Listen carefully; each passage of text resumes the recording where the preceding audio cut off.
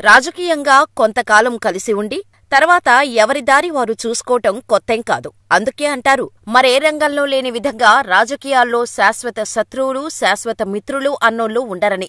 అప్పటివరకు కడుపులో తలపెట్టి తన జీవితానికి అధినేతే దేవుడన్నట్టుగా బిల్డప్ ఇచ్చే నేత తెల్లారేసరికి ప్రత్యర్థి పార్టీ అధినేత కాళ్లకు నమస్కారం చేయటం కామన్. ఇలాంటి మార్పులు చేర్పులన్నీ కూడా కొత్త అవకాశాల కోసమే అవుతాయి. మరి ఈ తీరు మంచిదా చెడ్డదా అన్న చర్చ ఒక పట్టాన తేలేది కాదు. సిద్ధాంతాలు, విలువలు పేరుతో నమ్ముకున్న పార్టీలోనే ఉండిపోయి అవకాశాలు చేజిక్కించుకోలేక ఎలాంటి పదవులు లేకుండా పోయిన నేతలు కోకొల్లలు. అదే టైంలో సమయానికి అనుగుణంగా స్పందిస్తూ తగిన రీతిలో నిర్ణయాలు తీసుకొని అందలానికి ఎక్కి అత్యున్నత పదవులు పొందిన నేతలు కనిపిస్తారు. అందుకే ఒక నేతకు సరైన అంశం మరో నేతకు కావచ్చు, కాకపోవచ్చు. మొత్తంగా చెప్పేదేమంటే సమకాలీన రాజకీయాల్లో విలువలు, సిద్ధాంతాలు అన్న అంశాల్ని ఇరుకుచట్రం నుంచి చూడటం తప్పే అవుతుంది. అయితే ఇక్కడో విషయాన్ని మిస్ కాకూడదు.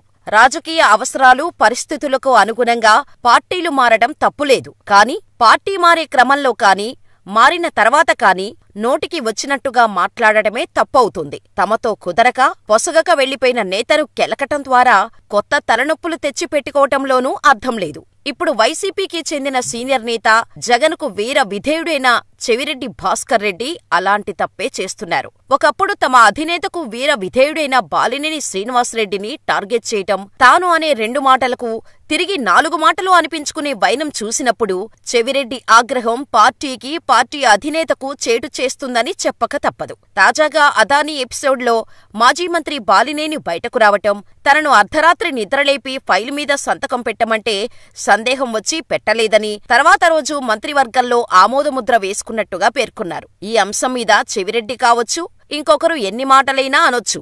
రాజకీయంగా బాలినేని మీద మరిన్ని ఆరోపణలు చేయటం తప్పుకాదు. ఎందుకంటే వైసీపీ నుంచి వెళ్లిపోయిన బాలినేనిని ఏ మాట అనకూడదని చెప్పట్లేదు. కాకుంటే ప్రైవేటు విమానంలో బాలినేని రష్యాకు వెళ్లిన విషయాన్ని ప్రస్తావించిన చెవిరెడ్డి, అది నీకు స్వేచ్ఛ కాదా అంటూ పోలిక తేవటంతోనే పంచాయితీ. జగన్ మంత్రివర్గంలో మంత్రులకు స్వేచ్ఛ ఉండేది కాదని తాను అంటే, అందుకు కౌంటర్గా చెవిరెడ్డి తాను ప్రైవేటు విమానంలో రష్యాకు వెళ్లిన విషయాన్ని ప్రస్తావించటాన్ని తప్పుపడుతున్నారు. తన మిత్రులతో కలిసి ప్రైవేటు జెట్లో రష్యాకు వెళ్లటం మంత్రిగా స్వేచ్ఛ అవుతుందా అంటూ ప్రశ్నించిన బాలినేని ఈ సందర్భంగా చెవిరెడ్డిపై సంచలన ఆరోపణలు చేశారు. ఎన్నిసార్లు అమెరికాకు ఆయన వెళ్లలేదు, అక్కడ ఆయనేం చేసేవారో బయటపెట్టమంటారా అంటూ ప్రశ్నించారు. దీంతో Balineni Russia tour, Chevireddy America ట్రిప్పులు ఇప్పుడు కొత్త చర్చకు తెరతీశాయి.